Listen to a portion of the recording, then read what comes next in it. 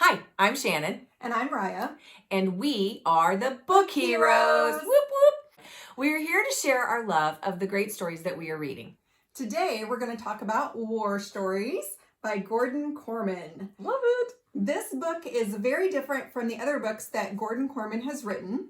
He's told in two different time periods. One is present day, and the other one is during World War II.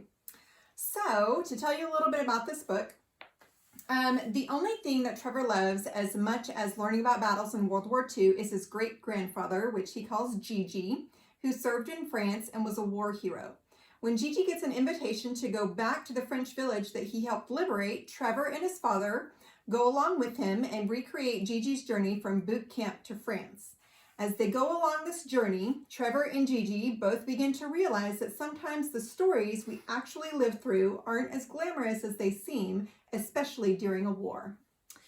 Throughout the story, there are flashbacks that show Jacob, aka Gigi, on his journey from boot camp in Georgia, where he meets his friends and they play pranks on each other, to England, where they ran drills to prepare for the war front, and on to France, where they landed in Normandy on D-Day, and the war became real.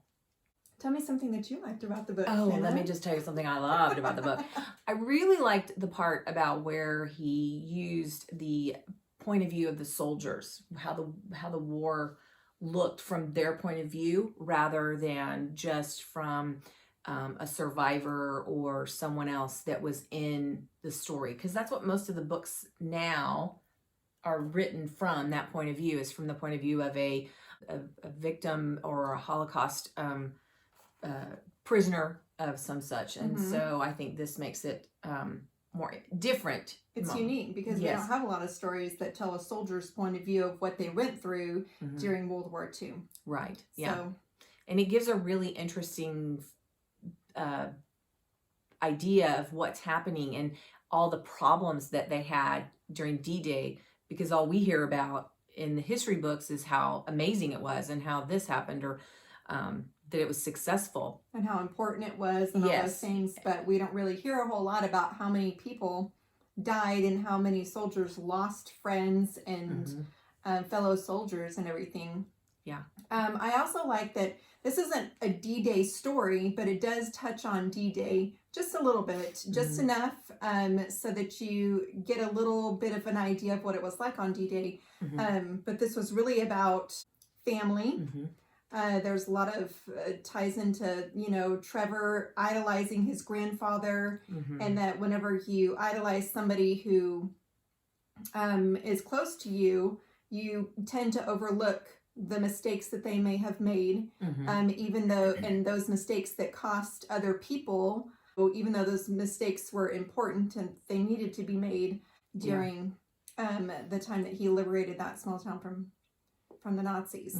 I think it was a really interesting read to go back and forth. I like that he goes back and forth between the two different points of view, the two time periods. I think it's interesting. And I always had to look to make sure I knew what I was reading. I also like that this was I felt like it was a very light read. Like it had a lot of fun parts. It wasn't very heavy and sad and, hard to get through and everything, because a lot of World War II stories are very just sad and they feel very heavy. But this one had some really funny parts, just some really cute, fun things. I like the playing pranks at boot camp and everything. That was just a good time. Gigi was the funny one. Oh yeah, Gigi was the funny one. The stories he would tell were they were hilarious. Yeah, this was a really good book. I enjoyed this book. I loved it. We hope that you enjoyed this segment of the Book Heroes.